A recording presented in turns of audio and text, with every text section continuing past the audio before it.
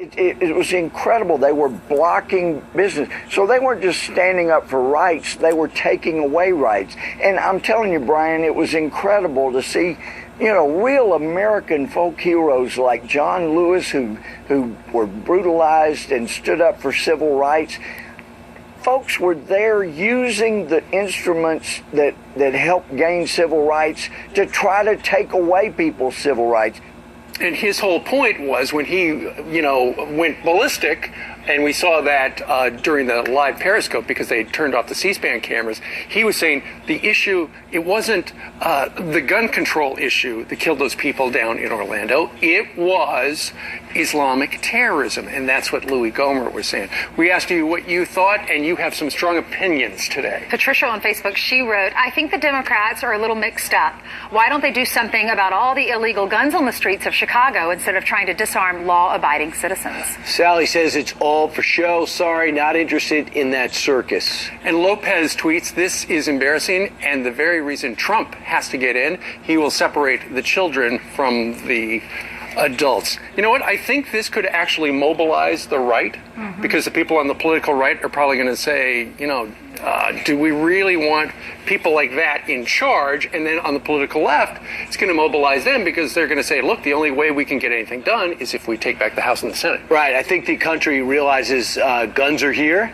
But I also think when Senator John Cornyn offers up something to work with, and Susan Collins and others in the Senate, they see a problem with Mateen getting a gun and knowing that he was interviewed 3 times by the FBI and they were not alerted that he was buying this arsenal. Clearly, I mean, the Republicans are all about due process. The people deserve, and the Constitution guarantees, due process. But not for Omar Mateen. Brian, something happened. The FBI dropped the ball in some measure. But then again, they did a thorough investigation, Steve, and at that point, he was not a terrorist. But Steve, he was not on the terror watch list, but even if he was, he could still get a gun. But you cannot deny an American the, due process, because he simply, how many innocent people do we know are on a terrorist watch list? Well, that's you can get on a terrorist watch list by posting a joke on Facebook, and suddenly you're on the watch list, and next thing you know, you can't buy a gun. We shouldn't even have to be talking about the Constitution because the FBI should have done their job, period, paragraph. Well, the FBI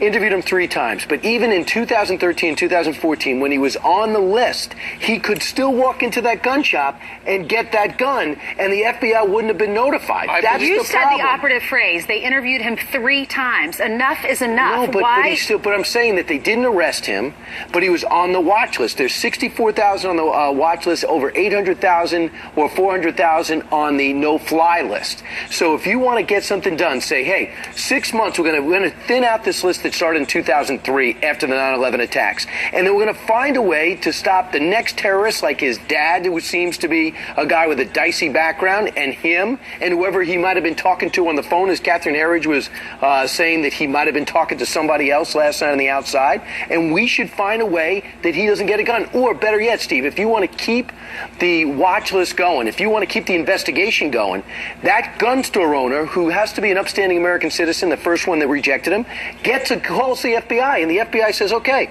we're going to question that guy. Before we give him the gun, we're going to question that guy. Clearly what has to happen is they've got to figure out a system where you are, you get your due process, right? Because you have to protect yourself. Right. And, how long are people on watch lists? Sometimes for years for no good reason. They got to speed it up. Just figure it out.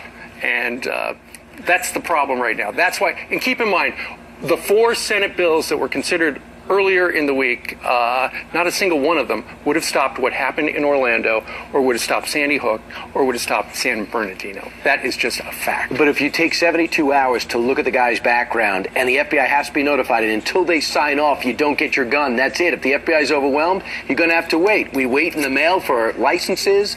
We wait in the mail for insurance. We wait in the mail for checks. We're going to have to wait. You have to wait if you're